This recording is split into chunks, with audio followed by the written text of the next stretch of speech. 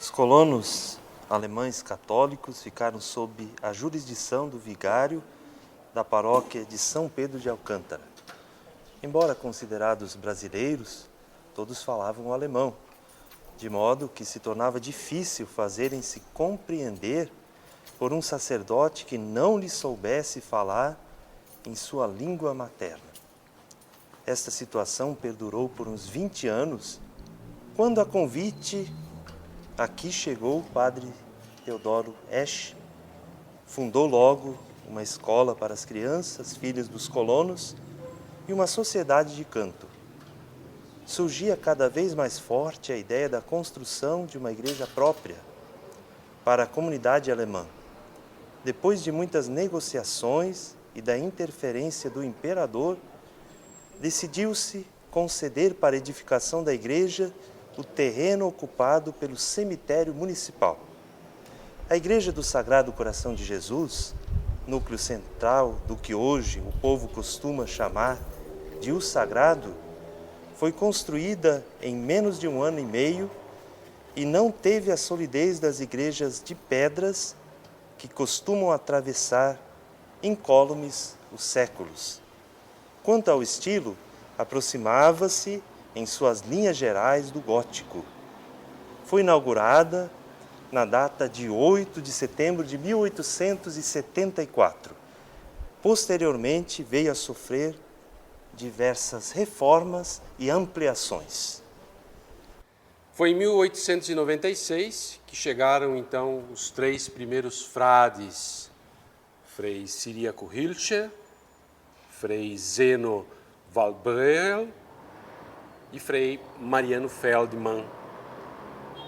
Frei Cyriaco foi o primeiro a assumir o serviço de guardião nesta casa, isto é, superior, aquele que serve, aquele que cuida dos frades. Eles vieram para suprir a necessidade de uma assistência religiosa aos imigrantes alemães, com a vantagem de os frades iniciarem as suas atividades com conterrâneos, claro que já num processo de inclusão sociocultural aqui no Brasil. Devido principalmente à pouca assistência religiosa naquela época e ao fato de a Igreja do Sagrado pertencer até 1946 à paróquia São Pedro de Alcântara, os frades foram então chamados a dar essa assistência religiosa, mesmo que muitas vezes esporádica, porém em quase todos os bairros da cidade de Petrópolis e também da Baixada Fluminense. Então, esse início da presença franciscana, primeiro para dar assistência religiosa, mas também assistência à educação. É uma perspectiva de uma escola junto aqui ao convento do Sagrado, a sede religiosa dos católicos alemães, já tinha sido concretizada pelo padre Teodoro Esch. E esta escola recebeu o nome de Escola Gratuita São José, que nos anos 90 foi transferida e ampliada para a atual sede na Rua Santos Dumont 355 e agora sob a denominação de Bom Jesus Canarinhos. E foi dentro desta escola que nasceu o Instituto dos Meninos Cantores de Petrópolis, com o Frei Leto Binias e depois, mais tarde, com o Frei José Luiz Prim. E a criação do coral, do Instituto dos Meninos Cantores, foi em 1942. Os populares e tão conhecidos Canarinhos de Petrópolis, que emprestaram seu nome à escola e sempre marcaram uma presença semanal nas celebrações aqui da nossa Igreja do Sagrado Coração de Jesus. A nossa saudação franciscana em alemão, Auf Deutsch, Friede und Heil. A Escola Gratuita São José, bem lá nos inícios, necessitava de livros didáticos, cadernos para as crianças, dos colonos para as aulas, né?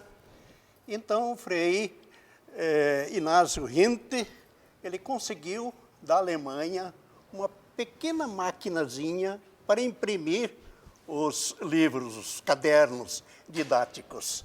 Ele conseguiu e puseram a funcionar em 1899, sob o comando de Frei Ciríaco Hilscher, né? Tornou-se tão conhecido que motivou, em 1911, tanta mudança do nome da tipografia para Administração Vozes de Petrópolis e com a sua transferência para a atual Rua Frei Luís, porque a pequena gráfica no início funcionava num porão, numa sala no porão do convento. Era uma maquininha pequena que está, inclusive, na editora Vozes.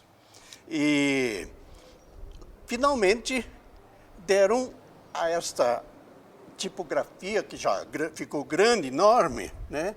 Mudaram o nome de Editora Vozes de Petrópolis. Passou em 1939, que passou a denominar Editora Vozes, que se transformou numa editora famosa em todo o Brasil e também no exterior, com publicações de caráter religioso e cultural.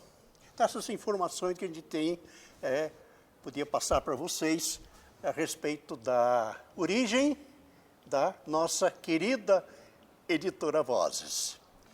Desejo a todos muita saúde, muita paz e Friede und Heil für uns alle.